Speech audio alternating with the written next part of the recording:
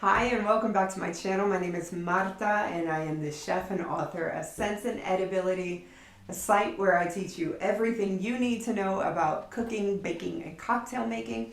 And today we are cooking or making achiote oil or annatto oil.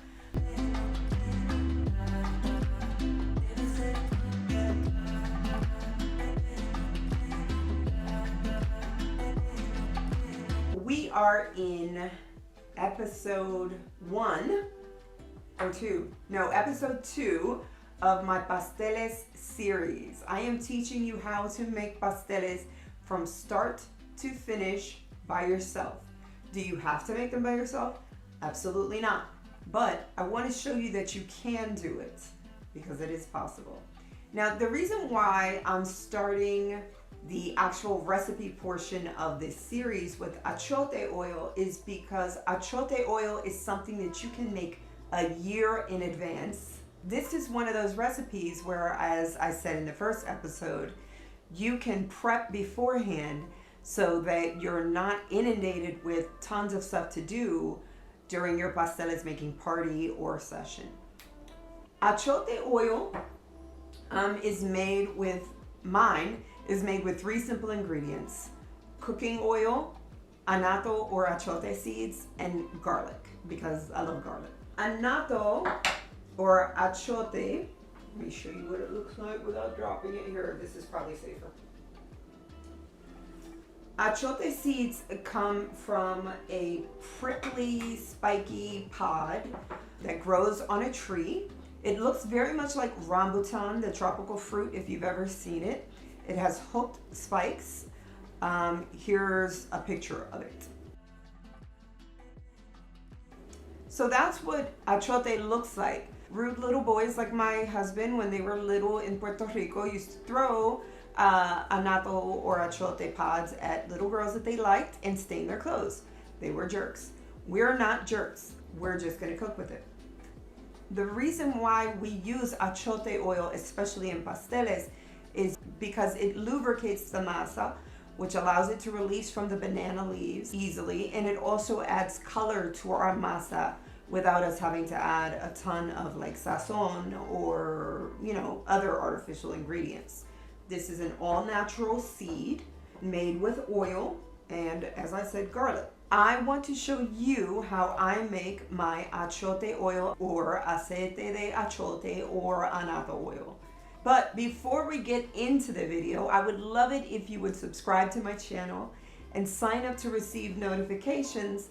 That way, every time I post a new video, especially in this pasteles series, you can get notified that it's up.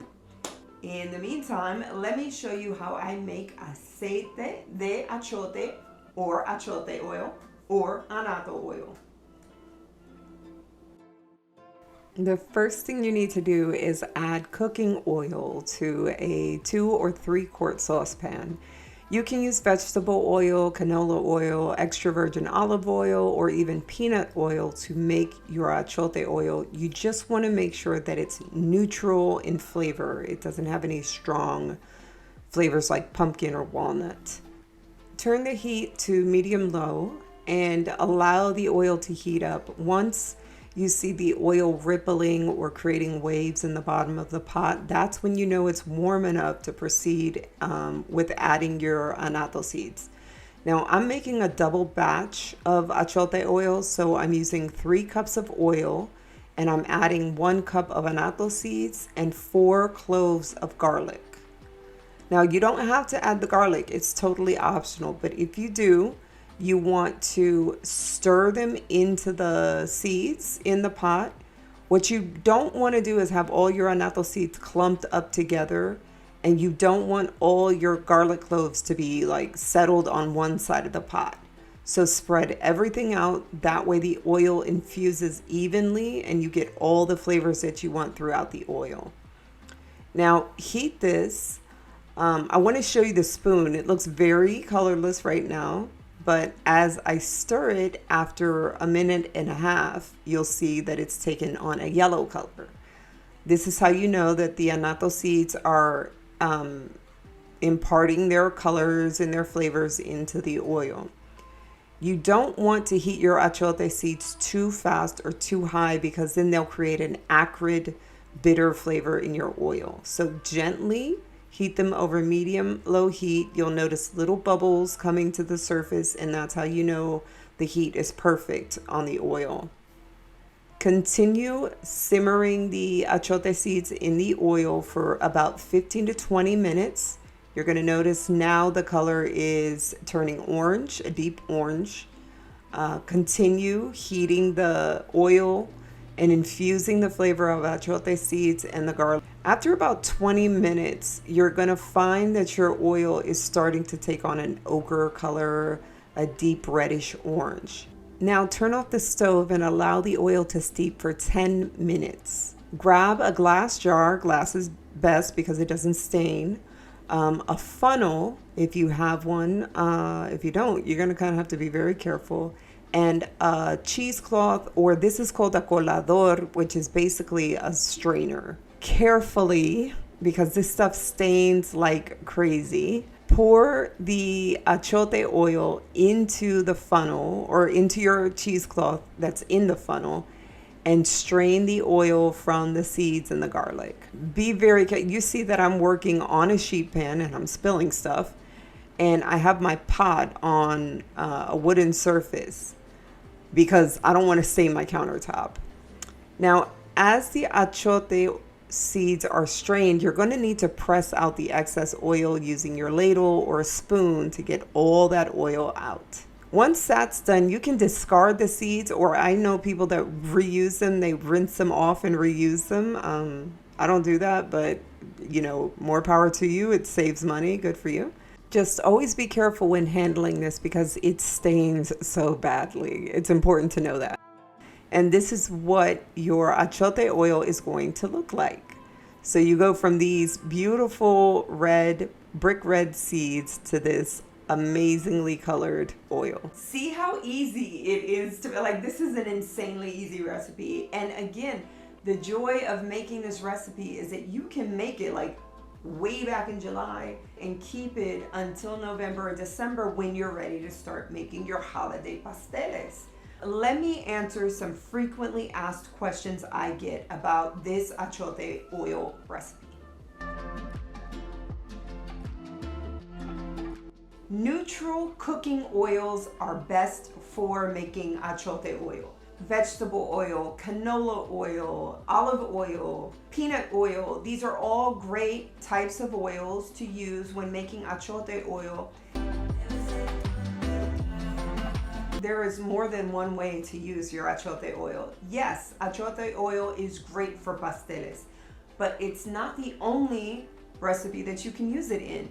You can use achiote oil, rub it on your poultry like your turkey or your chicken, and add more color, an orangey color to your chicken skin or your poultry skin. You can also use it to saute your rice in and make yellow or red rice. You can use it to saute veggies in. You can add a little touch of it to your mashed potatoes and give it some fun color. You can use achiote oil for a lot of things, but one thing you should not use achiote oil for is deep frying. Deep frying achiote oil just highlights the annatto seeds, which gives it an acrid flavor. So you don't want to deep fry in achiote oil. Use it for sauteing, use it for, oiling stuff, or you can even use it as in a salad dressing. But yeah, so there's more than one way to use achiote oil. Don't be limited. Don't just use it for pasteles. You don't want the flavor of the oil to overpower the flavor of the achiote or the garlic. It defeats the purpose of making achiote. Well, it doesn't defeat the purpose because one of the purposes is to get color, but it kind of muddies the flavor of the achiote. Avoid oils like pumpkin, walnut,